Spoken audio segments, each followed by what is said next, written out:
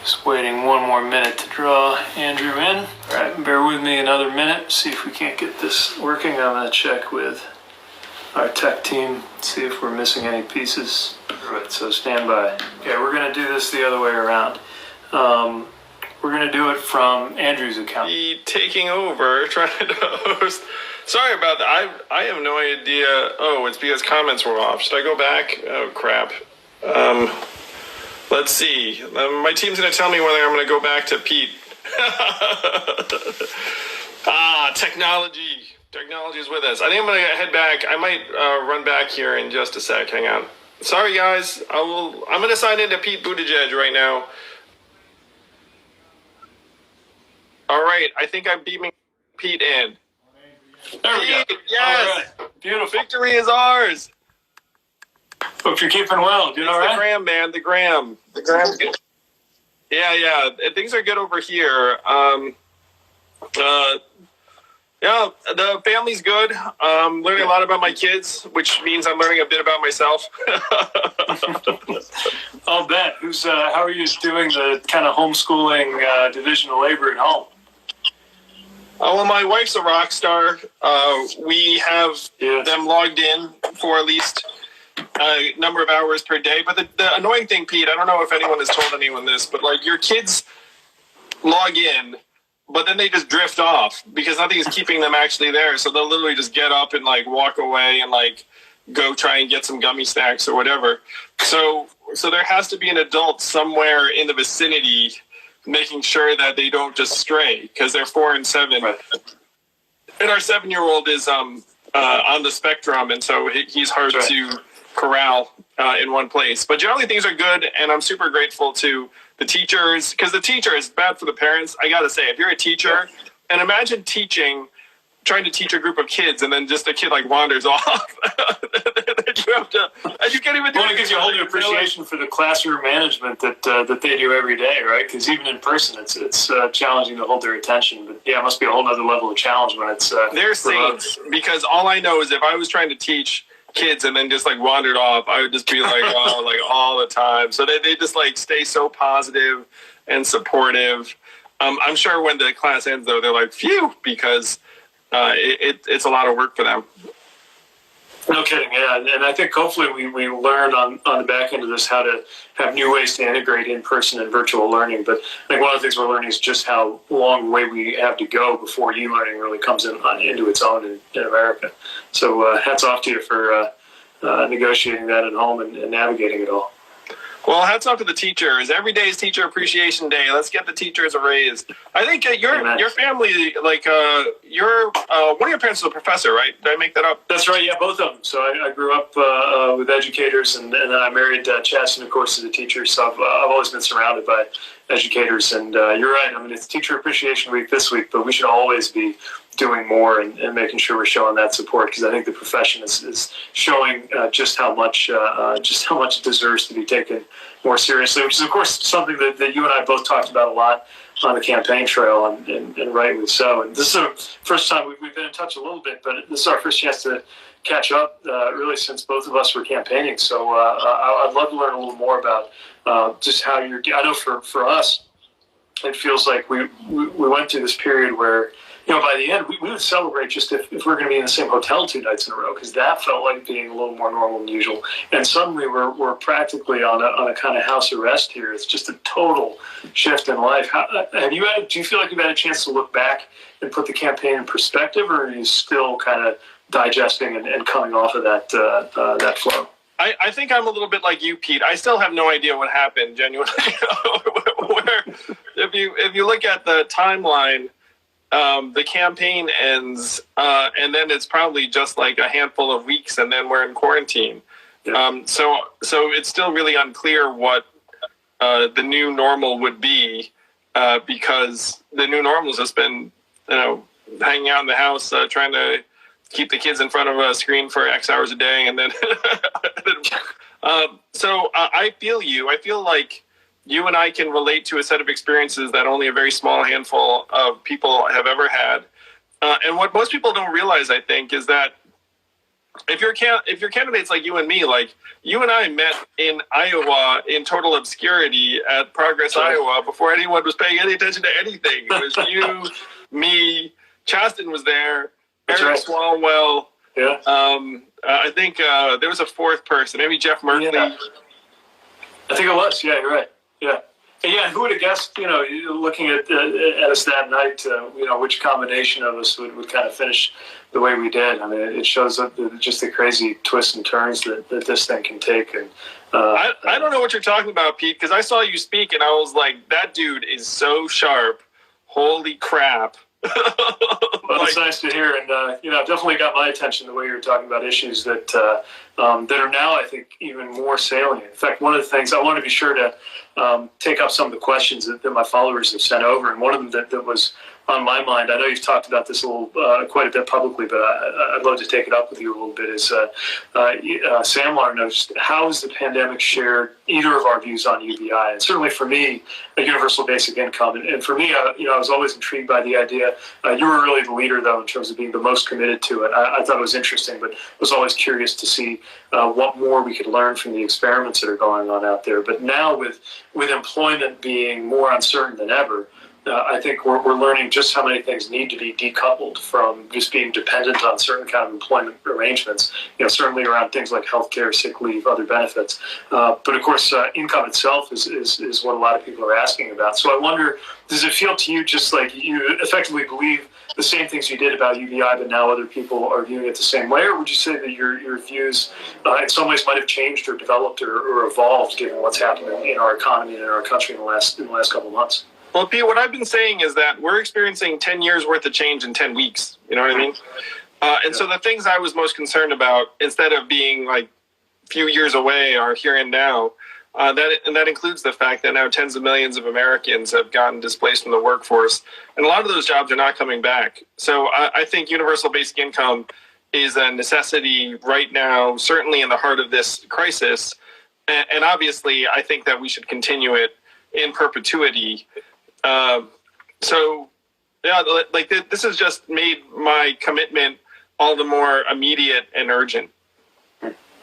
The other issue that you've been really out front on, and unfortunately it's become really disturbing and really central, is and we got a lot of questions about this. Christina's one of them. She said, Trump has incited so much racism toward Asians during this time, and I know you stepped up to combat that. Can you talk a little bit about your efforts and maybe what you think is most effective in making sure we just draw a line that says that, of course, any racism is unacceptable, and this kind of resurgence in racism directed at Asian Americans has absolutely no place in the way that our country should be dealing with this emergency. Yeah, Pete, I appreciated your amplifying that message, and the racism and the assaults against Asian Americans. It's just been heartbreaking, and I certainly feel it. Because like when you go out there with a mask on and you have an Asian face, like you can tell that people are lingering when they look at you, and friends and family have experienced worse than dirty looks. There are people that are afraid to leave their homes in the Asian American community. So it's a terrible effect of this crisis. And I agree that Donald Trump has made it worse by trying to racialize this virus, saying it's a Chinese effort to distract from his own failures. And the thing that we have to try and drill into everyone's heads is that there's a Chinese government, and then there's the Chinese people, and then there are Asian Americans, completely different groups of people. And Asian Americans are just victims of this crisis just like anyone else. Many Asian Americans are on the front lines trying to keep our relatives alive. And I will speak for many Asian Americans where we're pissed off at the Chinese government too. We're just like you. We're like sitting in our houses, thinking what could people have done better, and that does begin with the Chinese government. Yeah, and one of the challenges is I think we really have to be ready to face a challenge from China and step up. I had a piece over the weekend in the Washington Post about my view that China, especially that the Chinese government, is actually rooting for another Trump term because the more dysfunctional and divided and chaotic things are here in the U.S., the more a lot of those more aggressive economic and geopolitical ambitions that Beijing has will be advanced. But I think we've got to make really sure that even if there is going to be, frankly, more tension in the years to come in terms of the U.S.-China relationship, that it is abundantly clear that there is zero place, precisely because this is a contest largely over values, right?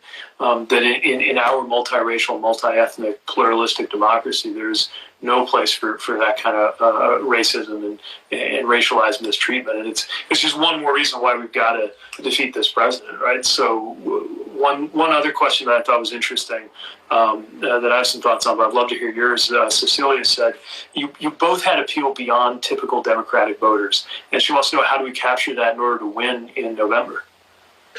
I don't know about you, Pete, but I thought I'd be on the trail campaigning for Joe right now in Michigan or Wisconsin or Pennsylvania. So to the extent that you and I appeal to folks who need to get won over to Joe, then we need to work on it. And I know I'm actually, like, I know my supporters, there was one poll that said 42% did not plan on supporting the Democratic nominee. So I think of the candidates, I have the most work to do. That means you got the most potential to bring people along too. So I think that's huge, because people need to see that we're all on the same team, right? And it's not that we abandoned some of the ideas that maybe made us different from each other. It's just that whatever differences there were in our styles or approaches are like this compared to this gulf between us and what's going on right now. And the way I've been thinking about it is, this election is going to be about whether we even bother as a country to take on income inequality or climate change or gun violence or any of these issues we debated. And I was thinking about us on those debate stages where we're debating how to do it or how much to do it or how aggressively to do it. And that same debate, I think, will happen in government, right? Especially once we have, as we've got work to do, the House and the Senate and the White House. That's another time where we'll debate how much and how aggressively to deal with these things. But in between, like right now in general, this is where we're dealing with whether to deal with this at all. We've got a president who doesn't think systemic racism is a problem. We got an administration that doesn't believe climate change is real. And so we can argue, and we will argue, the finer points of how exactly. I hope we have the opportunity to argue, exactly. First we got to get in there, right? To figure out what the proposal and solutions look like. But it's all hands on deck right now. We just got to beat this guy. I could not agree more. So there are some questions about just what it was like on the trail too that I'm always curious to talk about with other people who've been there, because it's such a small group. But let's see. One of the here's kind of a cool one. Jenna wanted to know what each of us thought was the best thing about the Others campaign. So I'll start. I love the way that you reached out to people who didn't maybe view themselves as political, who were intelligent, who knew that politics mattered, but were not people who maybe followed the blow-by-blow political campaigns or maybe didn't see themselves in the campaign process. And I think the way that you just spoke directly to ideas, to what matters about this, it was really cool watching the way that had an effect on people. And I'll also say, it was not unusual for Yang Gang folks to show up at my events. And I'd see people with the math hat, Make America Think Harder hat. And, they were definitely still supporting you, and they were not here to create any problems for me. I mean, they were some of the nicest, coolest people to talk to. They were just curious, and they wanted to kind of engage in another campaign.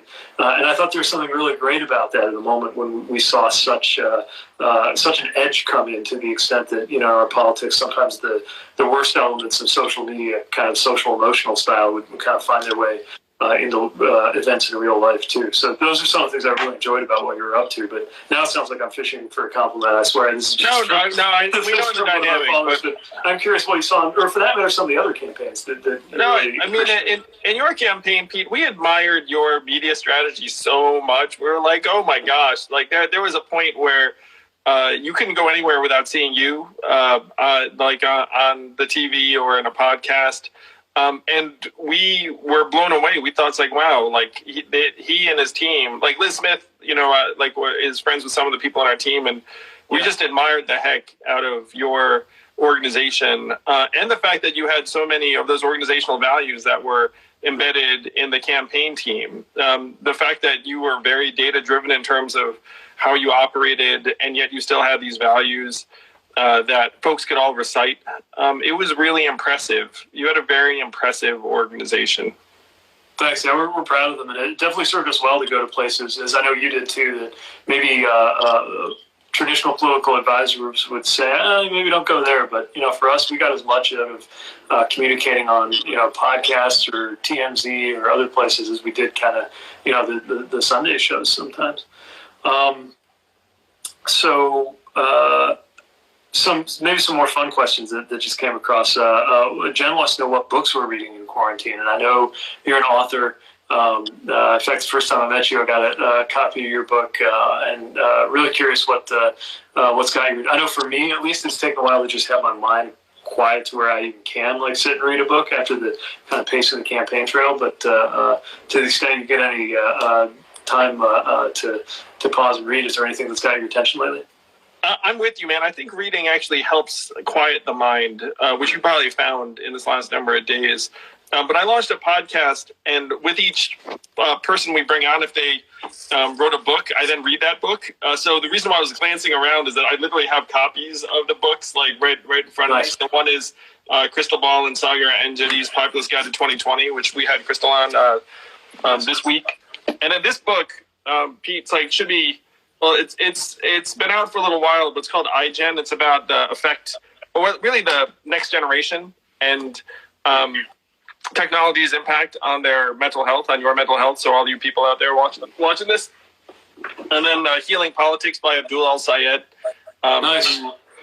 So it's one of the fun things about a podcast is that you have authors on, and then you have no choice but to read their book because you don't want to be a terrible, frankly, moderator. It's I got to say, when I went on an interview and someone read my book, which was not common at all. If they did that, that was above and beyond. I was so grateful, and so now it's time for me to show the same diligence and courtesy, really.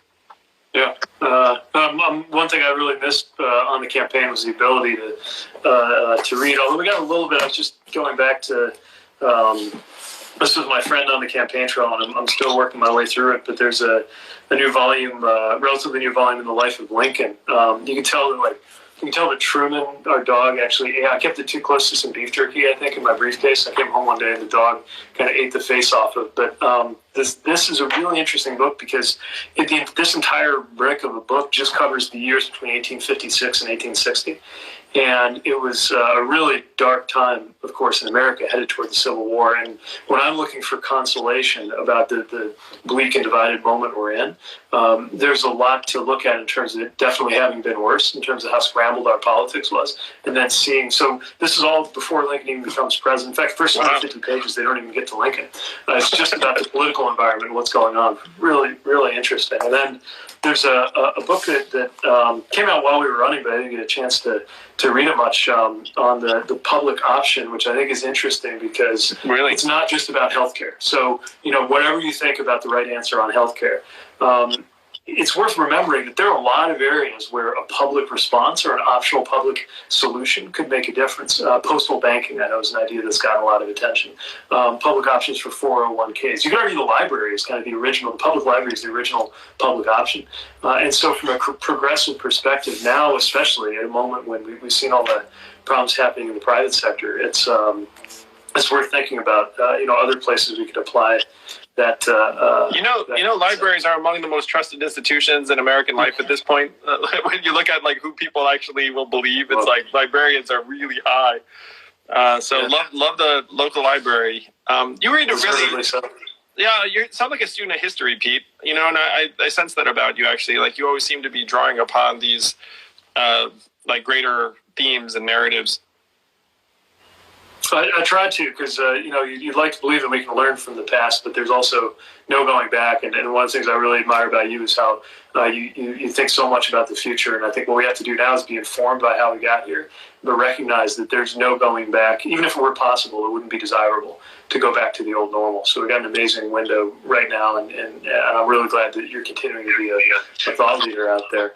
I know you're coming up against another commitment, so I'll respect your time. I know we've got to step out, but any last thoughts? No, I've got another couple of minutes. I'm going to squeeze it out. This is more fun than whatever else I'm going to do. Well, here's another fun question. Quinn said, I love how you both shared your families during the campaign. What's your best piece of marriage advice? And I love getting to know Evelyn on the trail, and she stepped forward in a really brave way to as a figure. We ask so much of our spouses when we hit the trail with them. What would you offer by way of response on marriage advice, or maybe what you learned about your marriage through that race?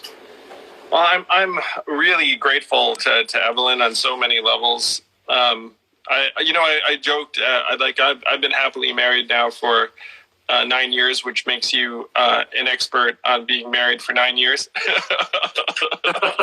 But I think the biggest piece of advice really is that you have to prioritize being together more than being right. Mm. That's really it. It's like there is no right or wrong. It's just together. And like, if you can get to that point, then, the relationship becomes like more important than whatever you're dealing with at that moment. And it's easier said than done, frankly. Like I'm someone who feels very, let's say like I have a firm sense of right and wrong. And so just being able to say, well, like the relationship, like transcends who's right or wrong in a particular situation actually took me a lot of time to get there. And it involved when we had our first child, which I hope you and Chaz have a dog, which is like what we did. We had like training wheels for the kid in the form of a dog. but then after you have a child, like it tests your relationship in new ways. Of course. And then it's so that's when I think I truly grew as a partner, really. That's really powerful. There's a lot of wisdom in that. I'm going to think about that because I've heard it put in those words, but that's so important. And it's an example of how sometimes we grow in terms of just what we're able to put away or kind of relax on in our own kind of minds or our own stubbornness. And that's definitely been a part of how being married to Chasten has been such an important thing that compelled me and helped me to grow. As you know, Chasten was somebody who didn't ask for being involved in politics, but just jumped into it in such a great way. And well, he's a freaking natural. I don't know if he's around, but like Chasten, I can say that like he felt like your secret weapon, and I like I sort of envied the two of you, honestly. Yeah, no, he took to it. Yeah, he's probably doing something too. But if you're watching the stuff, he'd enjoy saying hi. And it was so great watching him. I hear someone come down the steps. Let's see if. Well, I hope so. This would be fun. Oh, here he is. Hey. Buddy and I were watching from the couch. Burning, oh, so fun. How are you? You're like watching from the other floor? Yeah, I was trying to keep Buddy quiet downstairs. Oh, well, it's good to see you. Like I was saying to Pete, that the thought of the two of you together during this quarantine actually, makes me happy. Like I feel like the two of you are making up for lost time. Yeah. So it feels. But it is nice to be able to come down. It's 100 miles an hour to zero, but we're lucky that we have separate rooms, so can get reacquainted, but on our own time.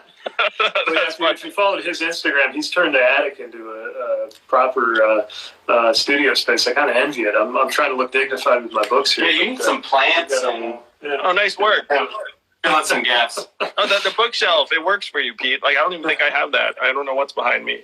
I'm like blind. We'll send you a book. Yeah, Take care. Justin, good seeing you. Pete, let's do this again. This was a lot of fun. I love it. Same here. Thanks for taking some time. And let's team up to freaking beat this guy come the fall. Like, I know you're the same as I am where anything Joe needs us to do, let's freaking do it.